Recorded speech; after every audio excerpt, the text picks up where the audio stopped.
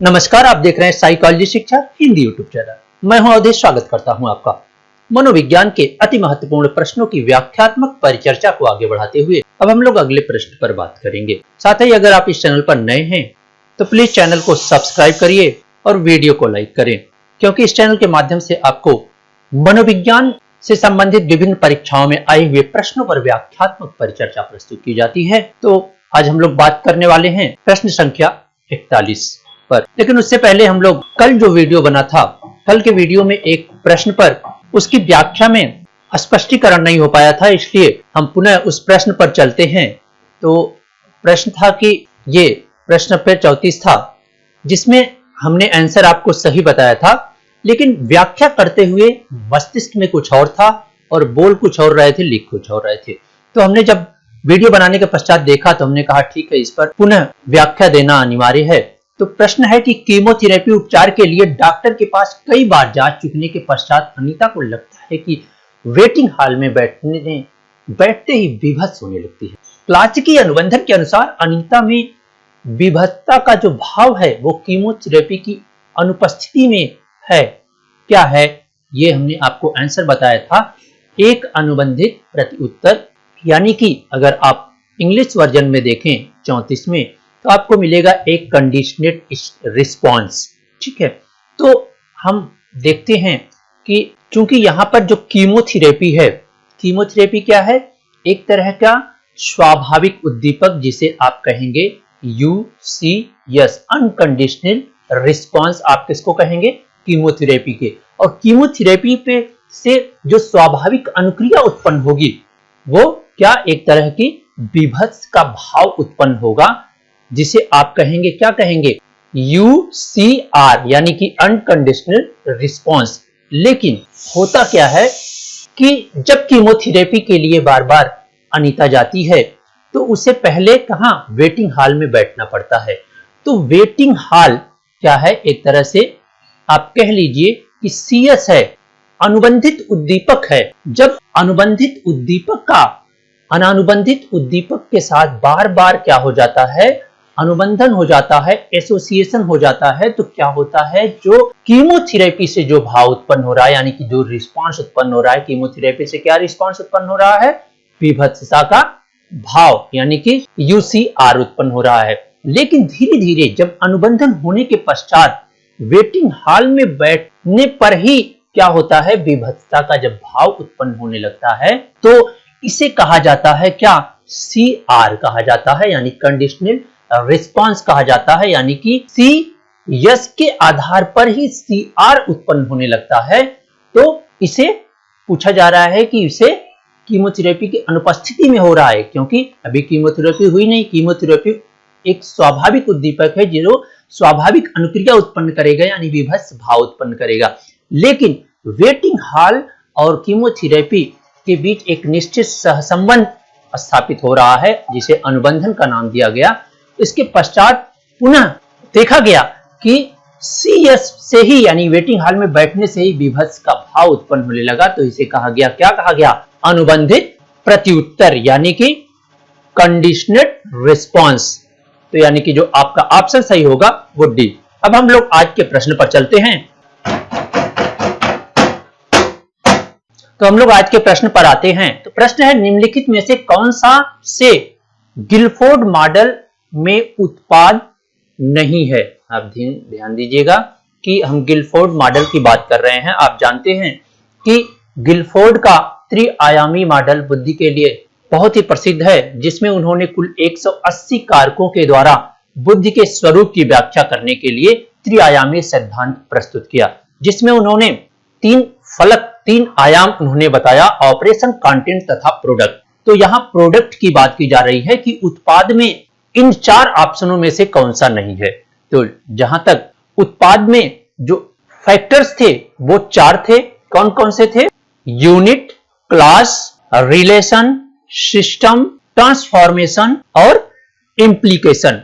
ये 6 कारक थे। तो आप देख सकते हैं यहां पर अभिसारी उत्पाद दिया हुआ है, अपसारी उत्पाद दिया हुआ है, जबकि यह संक्रिया के कारक हैं। तो अवश्य ही इन दोनों को हम पहले निकाल देते हैं, क्योंकि यह संक्रिया के कारक हैं। वहीं हम बात करें रूपांतरण और आनुषंगिकता। रूपांतरण को आप देखेंगे, जब हिंदी में देखेंगे ट्रांसफॉर्मेशन और इम्प्लीकेशन, यानी कि आप देख रहे हैं कि जो आपको प्रोडक्ट में मिल रहा है वो 3 और 4 मिल रहा है। इस आधार पर आप प्रश्न के कूट में जब आप जाएंगे तो आप देखेंगे कि आपका जो आंसर सही हो रहा है 3 और 4 वो आपको मिल रहा है बी में, और आपका ऑप्शन सही होता है बी। अगले प्रश्न पर बात करें तो अपनी अभिज्ञता स्तर का विस्तार करने तथा अपने कुछ समस्या समाधान की प्रक्रिया में व्यस्त देखने के लिए अनुमति प्रदान करने को कहते हैं। तो अगर अपने अवेयरनेस स्तर की बात, विस्तार की बात की जाए और समस्या समाधान की प्रक्रिया में व्यस्त रखने की जो अनुमति प्रदान करने की प्रक्रिया को कहा जाता है मेटा संज्ञानात्मक संसाधन, यानी कि मेटा कॉग्निटिव प्रोसेसिंग कहा जाता है इसे।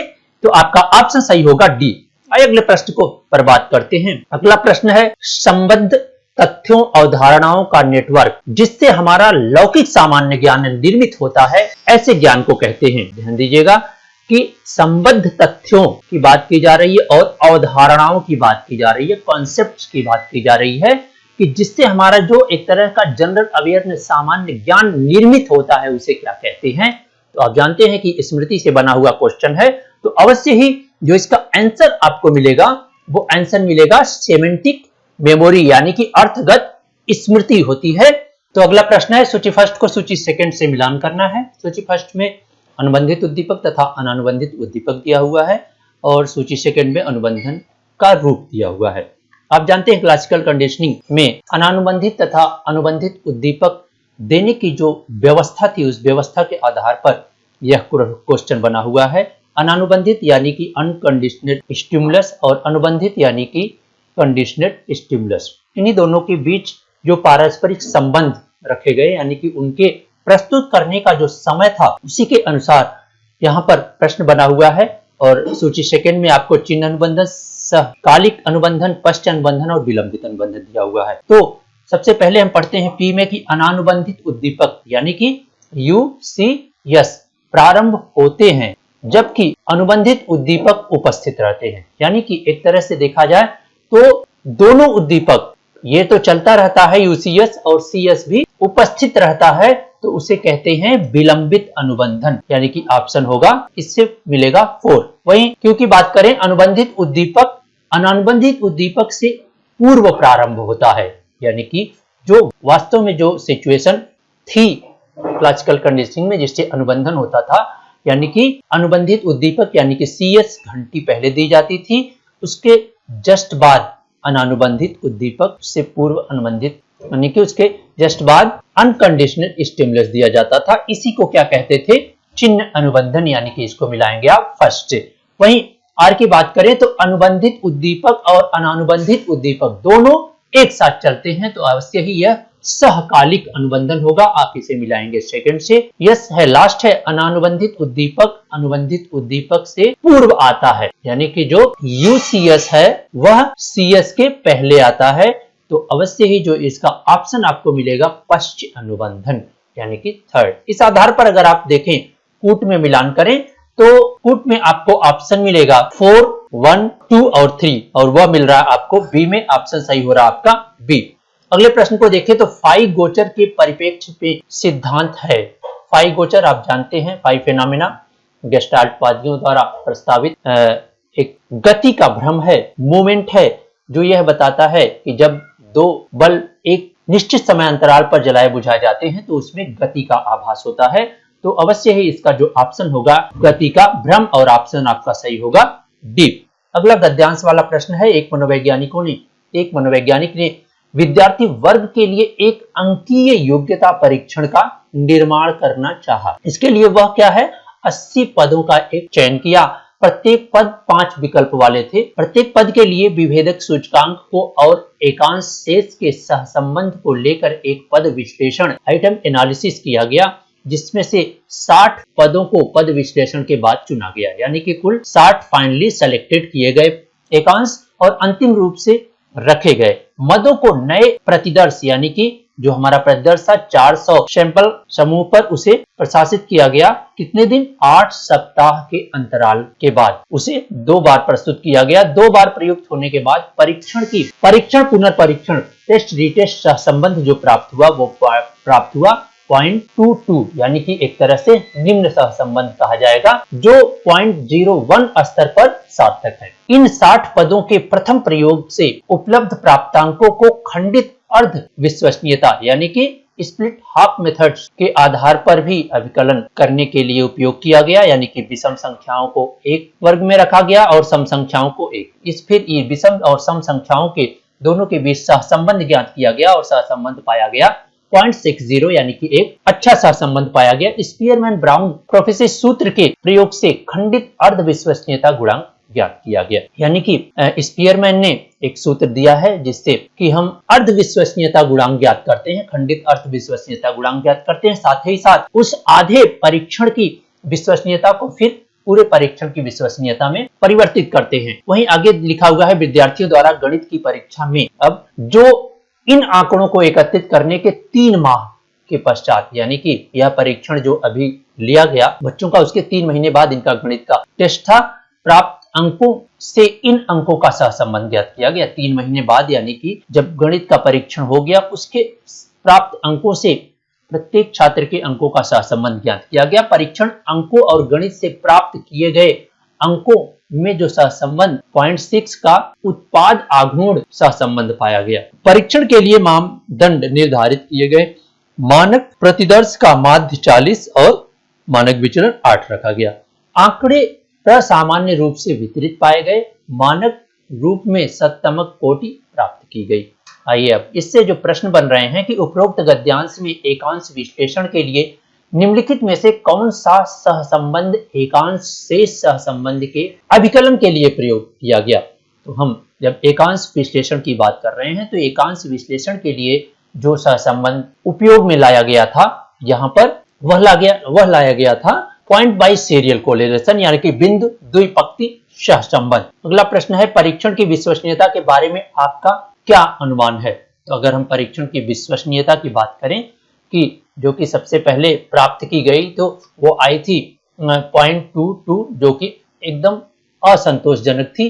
तो अवश्य ही आप पहला ही ऑप्शन आपको मिलेगा कि परीक्षण पुनर्परीक्षण विश्वसनीयता संतोषजनक नहीं थी। आपका ऑप्शन सही होगा ए। अगले प्रश्न पर बात करें तो प्राप्तांक 48 के लिए सत्तमक कोटि क्या होगी। ठीक है, तो चूंकि वहां पर आप देखेंगे यहाँ पर मानक और उसका माध्य दिया हुआ है परीक्षण का और एकांशों की संख्या दी हुई है, तो उसके आधार पर जब हम परसेंटाइज रैंक निकालेंगे तो परसेंटाइज रैंक जो प्राप्त होगा वो प्राप्त होगा 84, यानी कि प्राप्तांक 48 का परसेंटाइज रैंक होगा 84 और आपका ऑप्शन सही होगा डी। अगला प्रश्न है स्पीयरमैन ब्राउन शुद्धि के पश्चात खंडित अर्ध विश्वसनीयता गुणांक क्या होगा। चूंकि आप जानते हैं कि जो विश्वसनीयता गुणांक आया था उसमें वो आया था 0.60, लेकिन यह जो था वह आधे परीक्षण की विश्वसनीयता थी। जब हम पूरे परीक्षण की विश्वसनीयता ज्ञात करेंगे तो पूरे परीक्षण की विश्वसनीयता आपको प्राप्त होगी 0.75 और आपका ऑप्शन सही होगा सी। अगला प्रश्न और इस सीरीज के अंतिम प्रश्न पर बात करें तो गद्यांश में दिए गए परीक्षण की वैधता के लिए क्या प्रमाण प्राप्त किए गए, यानी कि उसकी अगर भविष्यवाची वैधता यानी कि उसको गणित के 3 महीने बाद गणित से होने वाले परीक्षण के साथ सहसंबंध ज्ञात किया गया तो उस आधार पर हम देखेंगे तो संतोषजनक मिलेगा, क्योंकि उसका जो सहसंबंध गुणांक प्राप्त हुआ था वह 0.6 प्राप्त हुआ था, तो वह एक संतोषजनक प्रेडिक्टिव वैलिडिटी थी। तो आपका ऑप्शन जो सही होगा वो सही होगा ए। तो हमें उम्मीद है कि आपको इन प्रश्नों पर व्याख्यात्मक परिचर्चा मिली होगी। ऐसे ही व्याख्यात्मक परिचर्चा से जुड़े रहने के लिए आप हमारे चैनल को सब्सक्राइब कर सकते हैं और मित्रों में भी शेयर कर सकते हैं। आपका यह वीडियो व्याख्यान अंत तक देखने के लिए बहुत बहुत धन्यवाद।